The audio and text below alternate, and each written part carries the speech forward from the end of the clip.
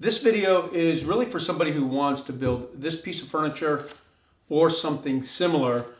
So I've written down a bunch of the questions that I received on the YouTube video, the Instagram posts, and there's definitely a reason for doing things, and I think I'm just going to go over them one by one. So one of the first questions was, could you build the same piece of furniture with solid wood? And you could do that, but it would change a lot. So first of all, you would have to figure out how are you going to join the boards together. The whole cabinet is going to expand and contract with its depth. So that means you're going to have to join the corners here with either dovetail joints, which I've done and it looks nice. It's definitely a different look, but you could do that. Or you could use miter joints reinforced with dominoes. I think both of those methods are doable, but they're also both pretty difficult. You would also run into a problem then with the vertical grain on the drawer fronts. I mean, I'm not exactly sure how you would join the boards. I guess you could join the boards and then screw them to the plywood drawer box, but that was a big part of this design, having the grain of the drawer fronts come up the front of the drawers and not be long ways. So yes, you could do it. I think it would be a much more difficult build, a more expensive build, and in my view, not as successful. So I mean, it really comes down to what you're looking for. I've got a desk that has dovetailed, it's basically a box built with dovetails and sliding dovetails for the drawer dividers, and I think it looks good. But it's different than this. So it really comes down to what you're going for. Another question, and I'm kind of surprised at this one because I receive it so often, is why wouldn't you just make this out of white oak plywood, right? So that question keeps coming up on Instagram. I don't know if I think I might have gotten it once or twice in the comments on YouTube. But if I were to build this cabinet out of the same kind of grain with white oak plywood, number one, I'm going to have a very difficult miter joint at the corners. That's a pretty hard joint to make, and there's almost no room for error, so I wanted to avoid that. Number two, even if I were to get a perfect miter joint on the corners, I'm still going to have a seam at the front where I attach the edge banding to cover the edge of the plywood, and I didn't want that. For me, it just makes sense to build the plywood box using butt joints, which are very easy. It's a very strong joint, especially screwing into Baltic birch plywood. After building the box, putting the edge banding on and then veneering over it, now you don't see the edge banding. You don't have that seam that could be 1/4 of an inch in, or in this case, it's 3/4 of an inch in on the plywood. I just don't like the way that looks. So that's really the main reason. The edge banding and getting that perfect miter joint is a pretty difficult thing to do. Why did I use Baltic birch for this? So first I'm going to talk about the pros and cons of Baltic birch plywood. Baltic birch is very heavy, it's very dense, and it holds a screw really well. So that's going to give you a lot of strength, and it's also going to give you kind of a substantial feel just with the weight of this cabinet. So that was the big reason to have that extra strength and stability.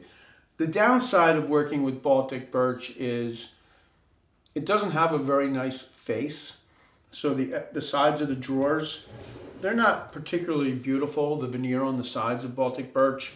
And Baltic birch also tends to splinter or chip out very easily. So you can rip it and then it'll kind of splinter on the side. So you have to be careful with that. One thing that I often will do when I'm working with Baltic birch is when you get one of those splinters, I'll just sort of hold the splinter in place with a smaller piece of wood, put a little CA glue on it, spray it, and it's just a quick repair. But it definitely has its ups and its downs.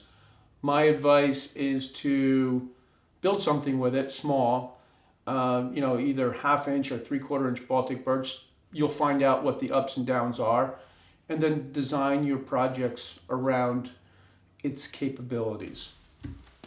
Another question is, why do I think the cabinet went out of square in the first place? The back piece of the cabinet had a little bit of a wave in it, and after I built the box, that is what I think caused the cabinet to be a little bit out of square. So it was about 3/16 out of square. After putting those metal brackets in the cabinet, it's still maybe 3/32 out of square, but it's not noticeable. And the thing with a piece of furniture like this is the reveals, the lines between the drawers and the lines that outline the three drawer fronts together are a major part of the design. They can't be wrong. If that's, the drawer is a 1/16 over here and an 1/8 of an inch over here, the whole cabinet looks screwed up. So these are things that you really have to take into account. I think building any piece of furniture, but for me, this piece of furniture took a lot of patience and a lot of discipline, really, just to try to get the drawers perfect. It's like one of those things, you get to the end of a project, it's that last 10% that really counts and is often the least inspiring to actually do. But with this piece of furniture, there's no molding that's going to hide any of the screw-ups. There's no putty that's going to make things look better. It all has to be right on. Someone asked, why did I use 2 different nail guns on this project? So I used the 23 gauge nailer to just kind of align the drawers, and I think also to attach the edge banding, mainly because it leaves such a small nail hole, it's almost unnoticeable. And I used the 18 gauge nailer when I was attaching the blocking on the inside of the cabinet. And I did that just because it's a bigger nail, it's a stronger nail, and you're not going to see anything on the inside of the cabinet. So I just decided to use the 18 gauge nail gun.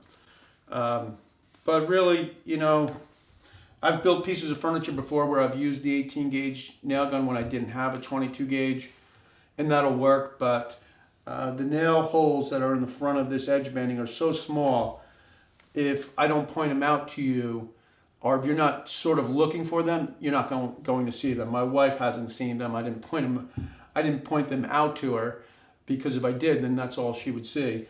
But I can kind of see them, but they're not that noticeable. The big question when you're using veneer is, what do you do about telegraphing, imperfections in the cabinet itself, telegraphing through the veneer because the veneer is so thin. So what you do about that is you try not to make any mistakes, and you fill everything and sand everything so it's nice and flush.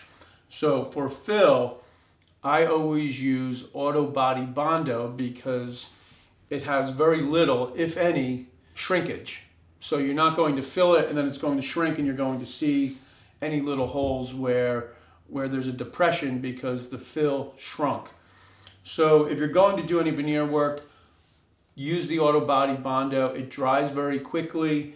It sands very easily. It is a 2-part system, so you've got a hardener and then you've got the fill. But once you use it, it's like anything, you figure it out and you just use it for your veneer projects. The drawer pulls are made out of white oak. I didn't use walnut. I thought about using walnut for the drawer pulls, but what I ended up doing was just using a darker piece of the white oak, and I like them. Most people like the vertical drawer pulls, a few people don't. I liked the idea of taking something that was so rectangular, like this box, and then changing it a little bit with this sort of organic shape of the kind of a half moon. There is an 8-degree angle on the outside of the pull, and I find it's pretty ergonomic. Your hand just kind of fits there, and when you open the drawer, you kind of come in like this and pull the drawer out, and I think that works really well. So I like the way they look. I mean, it's It's almost like a little bit of a sculpture on the front of the cabinet, but definitely very different to have these very soft lines compared to the hard, harsh lines of this geometric box. The reason why I use contact cement as opposed to wood glue is because it's very easy to use. I've used it for more than 25 years and I've never had a problem. And the clamping issues would be pretty difficult when you're making a cabinet. Most people who are veneering with regular wood glue are putting it in a vacuum press. So this piece is being built and then it's being veneered, and that's why I have all these options where I can build the cabinet with butt joints and then just cover the joints with the veneer. So that's the main reason I'm veneering in place as opposed to veneering a flat surface. And I've never had a problem with the contact cement. I've also used pressure sensitive veneer and haven't had a problem with that. I just find that the contact cement for me is time proven and it's pretty easy to use once you get the hang of it. Someone asked about the sticks. I thought I didn't really talk about that in the video because I felt like I've mentioned it so often in so many other videos. But basically, contact cement isn't going to stick to anything that doesn't have contact cement on it. So by putting those sticks out allows you to position the veneer and make sure that you have a similar reveal all the way around the cabinet before you remove the sticks and then sort of work the veneer out, making sure that you don't get any bubbles in it. And if you work from one side to the other, you're not going to get any bubbles. You know, you're not going to just lay the thing flat and then go from the edges in. You're always going to work from one side out and you'll be fine. Other than that, the finish on this cabinet is 3 coats of Finisher's Choice lacquer from Mohawk Finishing Products. It's very easy lacquer to use and to spray. There's no thinning at all. So that's a plus and a minus because basically you're going to only get a gallon's worth. If you buy some lacquers that are thicker and you have to thin them by 20%, well, that lacquer is going to go a little bit further. With the Finisher's Choice, it's not going to go as far, but you don't have to do any mixing. So I just find that to be pretty convenient. Every time I spray lacquer, I spray 1 coat, sand it with 320, spray another coat, sand it with 320, spray a 3rd coat. That's it. Let it cure for a day or 2. Rub the finish out with Mohawk's Wool Lube. That is it's basically a lubricant for your 4-0 steel wool that you're going to rub the finish out with, and that's just going to keep you from burning the finish. It really does give you a nice soft finish. I mean, I think the thing with furniture is it has to look good, and if it looks good, somebody's going to want to come up and touch it, and if they touch it, you want it to feel good. It should be nice and smooth, not have any of those bumps or little, I don't know, kind of imperfections in the finish. So the Wool Lube definitely takes care of that. This was the first time using the undermount drawer slides in a piece of furniture, and I'm really happy with the way that worked out. And I'll continue to do that probably in the future.